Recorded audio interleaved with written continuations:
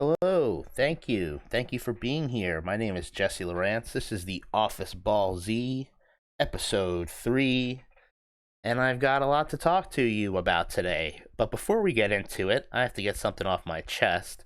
Not a toast, just some freeform stand up comedy. Every time I get in the shower, it's like the same damn thing. Every time I soap up the puffy left arm, right? And then it's like in my heart, fellas, I feel wash your face before your balls and asshole, But then my brain just hears balls and asshole, and I'm down there cleaning that, and then I got the balls on my face. You know what I mean? And the solution to this is actually quite simple. I've realized it's just get a separate face wash, a separate thing to wash my face with. But I don't have $1 million to have all these bottles and appliances in my shower and everything like that. You know what I mean? My shit comes in one bottle. I squeeze it on top of my head. It flows down my body. I scoop it up. I clean the dishes. Anyway, today we're going to start off with Dragon Ball. Last two episodes I started off with The Office, so I figured it's only fair. We're going to be discussing Dragon Ball chapters 205 to 213, which, if you're reading the English split release, it is actually Dragon Ball Z chapters 11 through 19, so very early on in the Z portion. And it's Dragon Ball Z episodes 6 through 21. There's a lot of filler. If I have time at the end of the episode, I'll go over some of the filler that I enjoy, and maybe that cause plot holes with some of the other filler. But yeah, this is there's a lot happening, so let's just get right into it. Following Goku and Raditz's death, pause. Now I already have to interrupt myself because, as I said, this is episode 6, and our main character and his supposedly newfound brother, who told him he's an alien, have both been killed by some other alien-looking guy who is supposed to be a bad guy as well. So what the hell is going on is all we can really think as kids watching this, when it comes out as DBZ first. But following their death, we've got Krillin, Bulma, and Kame Sennin. They are going to hunt down the Dragon Balls and also find out how the Scouters work so they can hopefully locate Yamcha and Tenshinhan. Bulma makes Krillin take the Scouter off of Raditz's dead body. And Piccolo says that he is going to take Gohan as he sees tremendous potential in his power, and he's the only one that could properly train him. And Krillin makes a joke, "You're not going to eat him, are you?" And we get a funny reaction shot from Piccolo there. And Piccolo takes him for the year, because the whole thing is that Raditz tells everybody that the Saiyans are going to be coming in a year, the other Saiyans. And then we've got some stuff going on with Goku and the afterlife, but I'm not going to focus on that too much. I want to focus on the Gohan and Piccolo aspect of these chapters. And at the end of this chapter here, we've got Master Roshi telling Krillin to go tell Chi-Chi, which we have a funny filler scene in the anime of him going, and then I think he stalls for a long time just outside the house, and then she eventually does open the door, and he just says something completely different, doesn't mention Goku is dead and Gohan was captured by the Demon King. Nothing important that he would have to mention, obviously.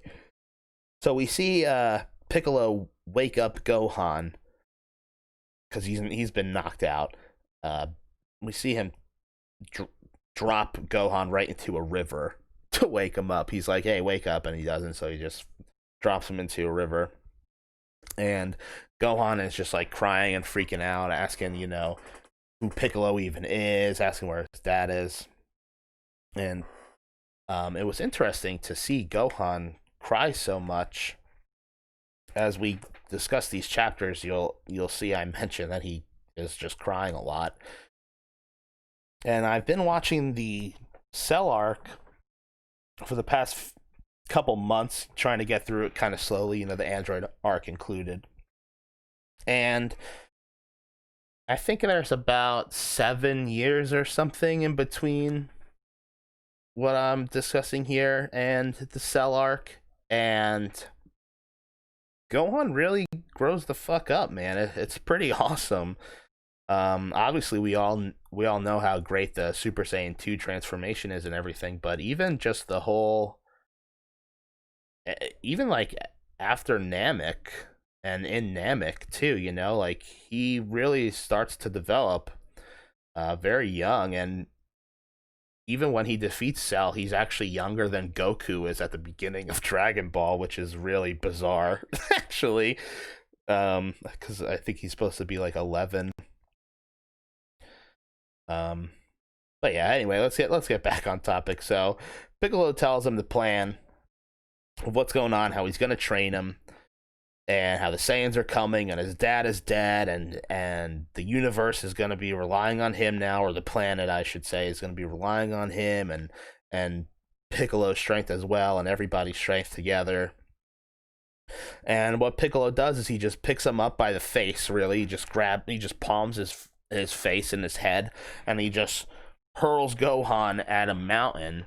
And Gohan's kind of freaking out, crying, but then he freaks out in rage and has this huge ki blast come out of him, and it blows up the mountain and everything, and Gohan's all, "Did I do that?" That's his catchphrase in the old English version. And Piccolo's actually amazed. Like, he was expecting him to be able to, save himself, but he's still amazed at how much power is coming out of this 4-year-old kid. And he starts wondering if he's actually, training someone who's going to become his greatest adversary, because Piccolo still tries to pretend like he's a bad guy at this point, even though we see in the next few pages that Kami can sense that he is actually changing. And Piccolo tells Gohan that he's going to teach him how to separate his powers from his emotions. And the first step of training is to survive alone in the wilderness for 6 months. And if he can do that, then he'll come back and train him for the rest of the 6 months, because they have 1 year till the Saiyans get there, the Saiyans. And so the first step of training, survive alone in the wilderness for 6 months, which obviously made me think of Survivor Man, Season 4, Episode 7 of The Office US, written by none other than Steve Carell. Don't know what the fuck that was about. Directed by Paul Feig, who is known for Freaks and Geeks, Bridesmaids, a lot of those Melissa McCarthy movies. This is a great episode. I mean, Steve Carell has written 2 episodes, which we talked about on The Office Ball Z before. So we're finally, we're already covering one of them, 3 episodes in. So we got the cold open. This is a great one. Ryan invited some of the branch managers and Toby into the woods for a get-to-know-you weekend. Michael wasn't invited. What everybody's saying and all these talking heads that keep popping up. Michael wasn't invited. And then we get Toby, no more s'mores. No more s'mores. Like, not even funny, but everybody's cracking up. And then you get Toby's talking head and Michael's knocking on the glass. Hey, nobody cares. Nobody cares. I need that room at some point. So get out. And we've got Michael and Jim in Michael's office, and he's talking about how a real man goes out into the wilderness by himself, not a bunch of dudes frolicking around. And then he goes, I'm Broken Mountain. And he talks about the show Survivor Man, how him back when me and Jen had cable, we used to watch the show Survivor Man. And basically the main premise was that the guy just tries not to die. So then he's talking to Dwight, and he's like, I just need 2 things, a roll of duct tape and a knife. And Dwight goes around the office. We see he has a bunch of weapons hidden around everywhere, like up in the ceiling. there's a file in the file cabinet for Mr. A Knife.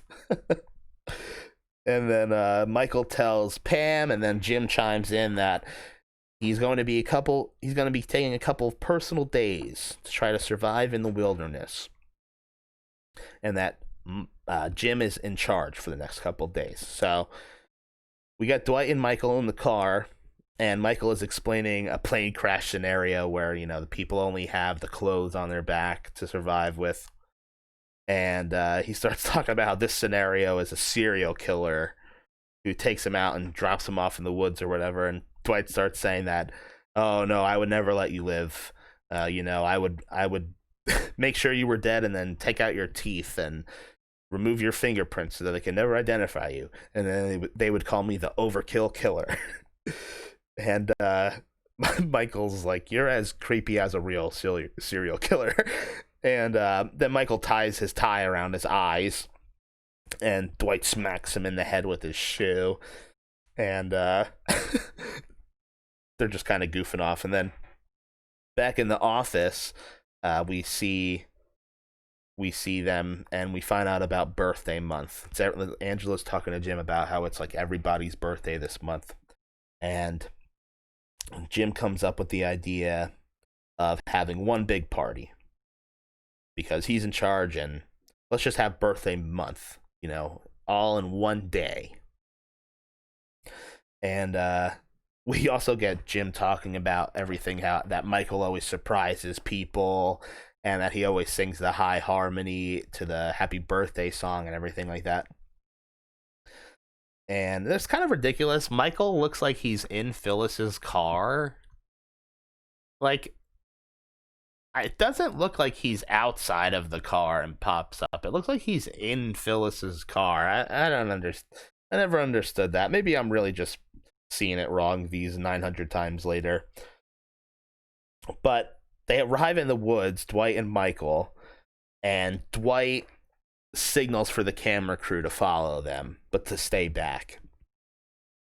And Dwight is actually a bit more worried for Michael than Piccolo actually is for Gohan, because Dwight at least looks like he's about to cry or something. But then he does vanish. He just runs away. And then it cuts back to the office. We find out that it's Creed's actual birthday today, so he requests like a peach cobbler or something like that. And then it cuts back and we get Michael's first video log. The sun is about 2/3 easterly quadrant, so about 2:00 in the afternoon. He looks down at his watch. And he starts cutting his pants into shorts because the sun is depleting his resources, as he says. And he's like, watch that I don't hit my carotid artery here. And I had to look this up because that's actually a thing, and I'm impressed that he knows the word. However, that artery is actually in your neck. So that's a joke that I honestly never even noticed until this viewing. So that was nice. We see that Dwight is watching him from a distance, just like Piccolo is watching Gohan. It's not going to be the last time Dwight is the Piccolo of this episode, I'll tell you that. Michael's just doing a whole bunch of funny shit with his clothes. This is like what I was talking about in the first episode of The Office Ball Z, where he wrote this episode, so I wonder how crazy he went with improv when he was just on the set, especially in these like camcorder scenes. I'm sure he was just going absolutely nuts. He's talking about how his coat is a backpack. He has his pant leg as a hat, and he rips his other pant leg into a kerchief. And we see that the camcorder time has like elapsed about an hour. And then we get this great wish Ryan took me on that cool retreat. Jan has plastic boobs. I have hemorrhoids. Then we see Dwight gathering some eggs, and he starts cooking some eggs. We go back to the camcorder footage. It's about 2 hours now. Michael says one of my favorite lines. This one pops into my head a lot. I have now fashioned my hat back into pants. And his pants are just like covered in duct tape, and he's talking about how he wants a squirrel or a nice juicy rabbit to eat, and he makes a spear in quotations because it doesn't look like he made anything. It just looks like a stick.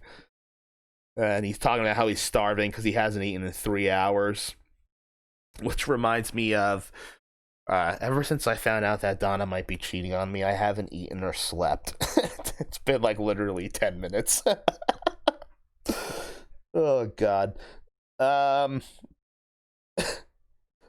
He starts singing happy birthday to Creed. He does the high harmony. I would attempt it, but seriously, my voice is pretty dry right now, so I'm not even going to embarrass myself.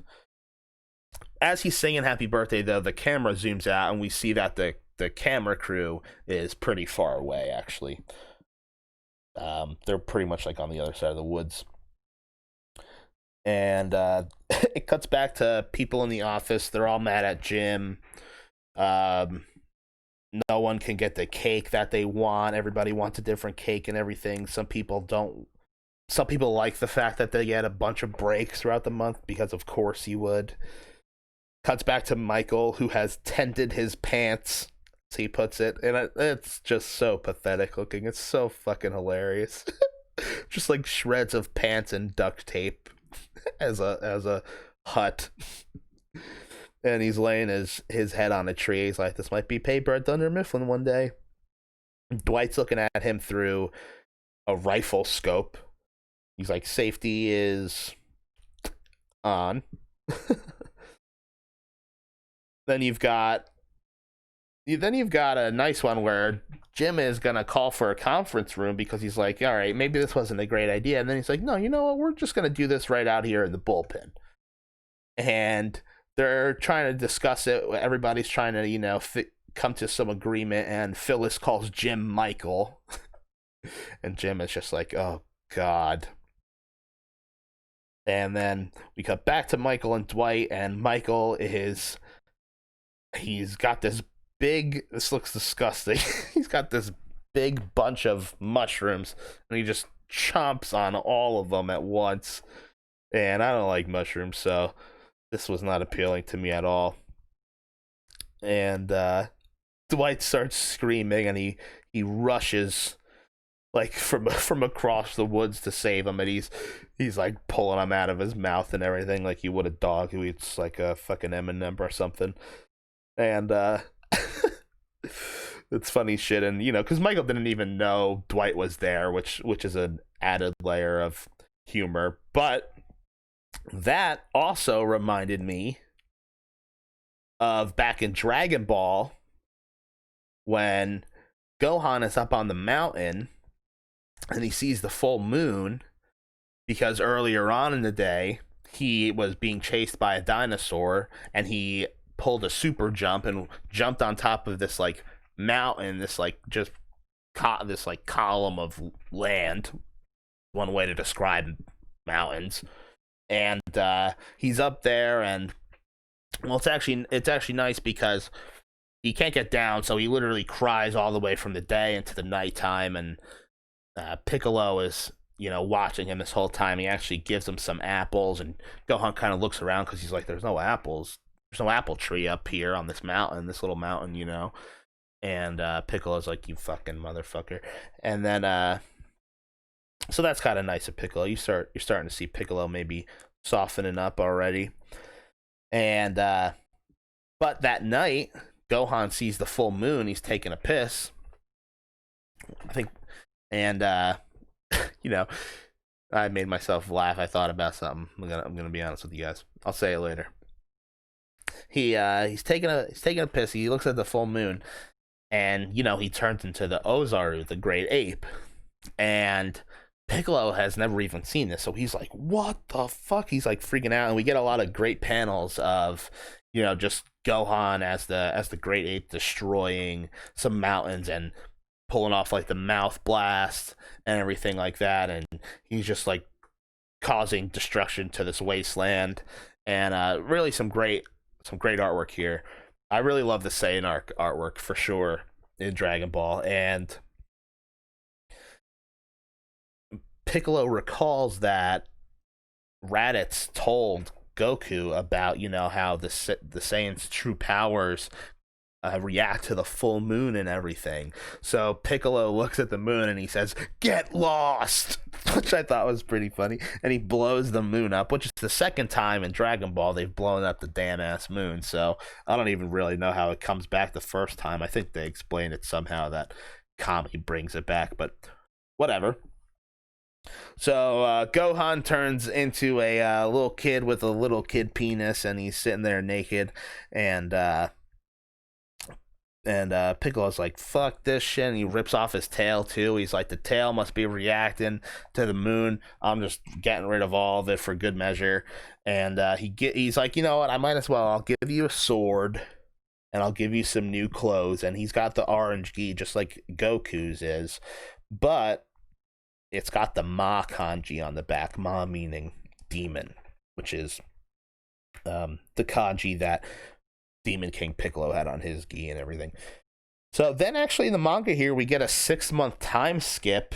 In the anime, there's a lot of filler about Gohan training more and Z Fighters up on Kami's lookout training and Goku getting to Kaio-sama's planet and everything. But again, I don't want to focus on that stuff too much.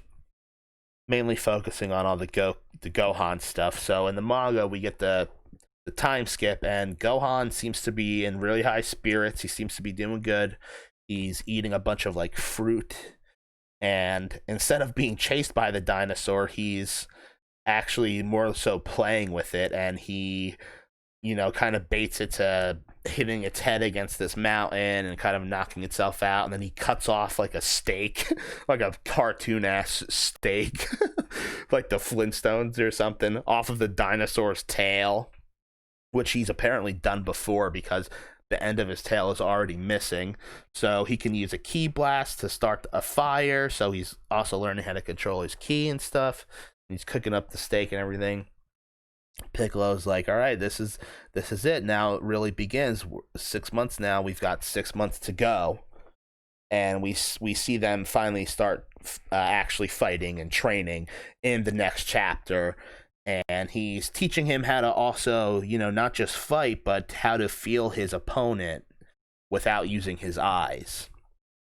And it cuts to Goku finally getting to Kaio's planet. And it stays on that for a good while. It focuses on Goku again, because mainly it was focusing on Gohan, and then at the end of the chapter it would just show Goku real briefly on Snake Way.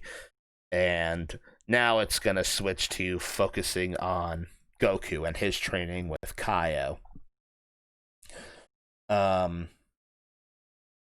So it stays on there for a while, and then when we finally get back to Gohan and Piccolo, Gohan is like beat to shit. He's got like a huge black eye, and Gohan, Piccolo says to him that he's glad he's not a crybaby anymore, and that he's seen improvement. And Gohan says that his father says that Piccolo isn't all too bad anymore, and that he agrees. He doesn't think he's too bad. And Piccolo, to appear to be edgy, says, "Go fuck yourself." And Gohan's like, "All right." And then, he kind of smiles himself to sleep that night. And that's pretty much it as far as Gohan stuff until the Saiyans arrive, because it kind of switches to Goku's perspective, finishing up training and then trying to get back to Earth. And we do see the Saiyans arrive. We see Krillin meet up with Piccolo and Gohan where they are, and then Vegeta and Nappa show up where they are, and the other Z fighters aren't too far behind, and Goku's trying to get really trying his damnedest to get back to King Emma's place so that he can come back to Earth. They've already wished him back to life, so he just needs to get back to Earth. He has to meet up with Kami. So everybody's really trying to meet up and get back together, which, speaking of getting back together, Michael and Dwight get back to the office. just in time for Michael to hit the high notes and happy birthday. And skip around the room, skip around. All right, okay, all right. And then he's got this great talking head about why man became civilized. And he goes, I don't need the woods because I have a nice wood desk. And I don't need fresh air because I have the freshest air of all, AC. And I don't need wide open spaces. Then he flips his computer around and he's got the, he's just got like a fucking background of like the mountains, and then he changes it to like the woods or whatever. And it ends with a really nice moment between Jim and Michael. One of my favorite little moments of the show, where Michael sits down next to Jim. Everybody's, kind of partying, eating cake or whatever, and Michael sits down next to Jim and he says, hey buddy, how'd it go today? You did good. And Jim is like, man, I don't know. I think I made a huge mistake trying to combine all the parties. And Michael just like, oh yeah, I made that same rookie mistake. He's like, you'll learn. In 10 years, you'll learn. And Jim's like, well, I'm not going to be here in 10 years. And he says, yeah, that's what I said. And Jim spaces out a bit, and then Michael just goes, that's what she said. And Jim goes, that's what who said? And Michael just goes, I never know. I just say it. I say stuff like that to, lighten the tension. Things get hard. Jim goes, that's what she said. He goes, nice. Well done. Bravo, my young ward. And then it cuts the credits, and that's a really great moment. And, yeah, I think an underappreciated one, for sure. So that's pretty much all I've got for today, although I want to go over some filler here about Dragon Ball. We'll wrap it up pretty quickly. Like I said, there's quite a few episodes compared to the amount of chapters in the manga, and a lot of it is just Gohan, like, out and about in the wild. He's, like, getting chased by a stampede of animals. You've got some Piccolo training with himself. He makes, like, clones of himself, I think 4, or maybe just 1, but maybe 4. And I think he's, like, lifting up pyramids and stuff like that. And then you've also got training of the dragon team, I guess, Krillin, Yamcha, Tien, Chaozu, Yajirobe. They're all up at Kami's Lookout, and they're training with Popo and stuff. And you see a little bit of that, like a very little bit of that, maybe one panel, honestly, in the manga. But in the anime, they go into, now the Room of Spirit and Time, the hyperbolic time chamber, wasn't a thing yet in the manga, so they go into, like, pretty much the same kind of room that Goku went into in Dragon Ball filler, where it, like, takes you to these different dimensions, and they go to, like, an alternate planet Vegeta, or no, maybe it's like a simulation of planet Vegeta, and versus the Tuffles, as they're called in English, which I don't really understand, but it's the Sufurujin, which is a pun on fruit, the Sufurians, a pun on fruit. And actually, Toriyama did write the backstory for that. Even though it was filler in the anime, he did write the backstory about the war between the vegetables versus the fruits. But anyway, yeah, you get that stuff. You get Goku on Snake Way and the Snake Princess, and he falls to hell and things like that.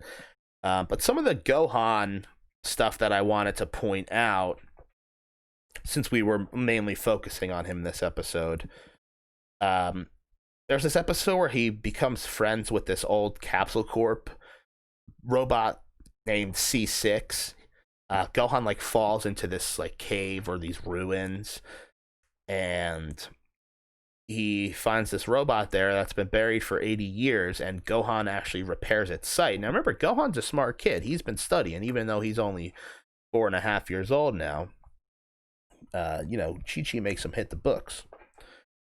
And fucking bitch. And, no, it's good. He'll be good.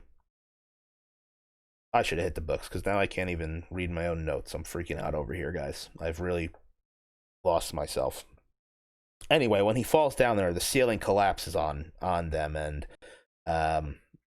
when they try to escape, everything starts crumbling and everything, and C6 uses the rest of his battery life to help Gohan get out.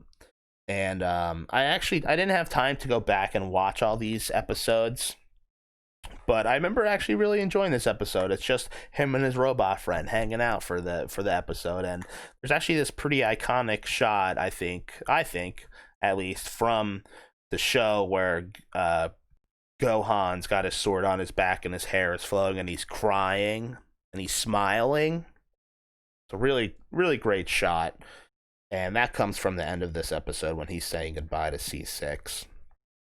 There's also another great episode where he meets a group of orphans. Gohan gets washed up on this shore or whatever, and these orphan kids find him, and they explain to him that their town and their families were wiped out by a tsunami, and they've been on the run for a while now together. And they've kind of become a group and a family together. And they are being chased by these adults, these like social workers who work for the home, as they call it, and where they'll be forced to do chores and work, Boo, chores. I'm a little kid. Grow up. But antics ensue. And the leader of the orphan ends up making them get captured because he realized it's actually better if they go there, because if not, they'll probably wind up to be delinquents, or, he can't provide for them. He's not going to be able to provide for them forever and stuff like that. And he agrees to take Gohan to his home, and then he goes off and they say goodbye and stuff. And Gohan, he walks through the woods and he gets to kind of the edge of the yard, and he kind of sees his mother. And then he has this talk with himself about how it kind of goes against the mission here, and that, he's really got to train so that he can actually see his mother for the rest of her life, so that the earth isn't destroyed, he has something real to do here. And as he goes to turn around, he sees none other than Piccolo standing right there. Piccolo's like, "You ready to go back?" Gohan's like, "Yeah, let's go back." And they go back and they continue training and stuff. And then a weird piece of filler is we get a second Ozaru transformation, and it's kind of dumb. The moon comes back, and Piccolo's like, "What's going on? How could this be?" And he goes to destroy it again, and the beam just goes right through it, and we find out that it's actually a projection of the moon coming from Goku's Saiyan pod when he was a baby. And it just seems super random. It's not the worst thing in the world, but also it makes Gohan's tail grow back way too fast, and it's also just unnecessary. We literally get two of this pretty much the same episode within 10 episodes of each other. It's pretty unnecessary. I guess we don't really see the Great Ape after this arc ever again, and it is an iconic thing, but even still, pretty dumb bit of filler. And it also actually causes a plot hole, because later on at the end of this arc, at the beginning of the Namek arc, the Frieza arc, we start to see we see that Dr. Brief uses Goku's pod to make Goku's spaceship. Yes, Goku's spaceship. Because Bulma's spaceship is Kami's Namekian spaceship. Yes, just working things out with myself, guys. Don't worry about me. Anyway, but yeah, so Piccolo destroyed the pod in the filler, so that's where the plot hole comes in. If you're watching the anime, and you don't realize that in the manga that doesn't actually happen, so there is no plot hole. If you're watching the anime, you're gonna notice that that's a stupid plot hole, and also a stupid episode of filler. So, which concludes this entire episode of filler of The Office Ball Z. Absolutely, nothing important happened here today, but thank you for your time, irregardlessly, which I don't think is a word. Thank you. Goodbye.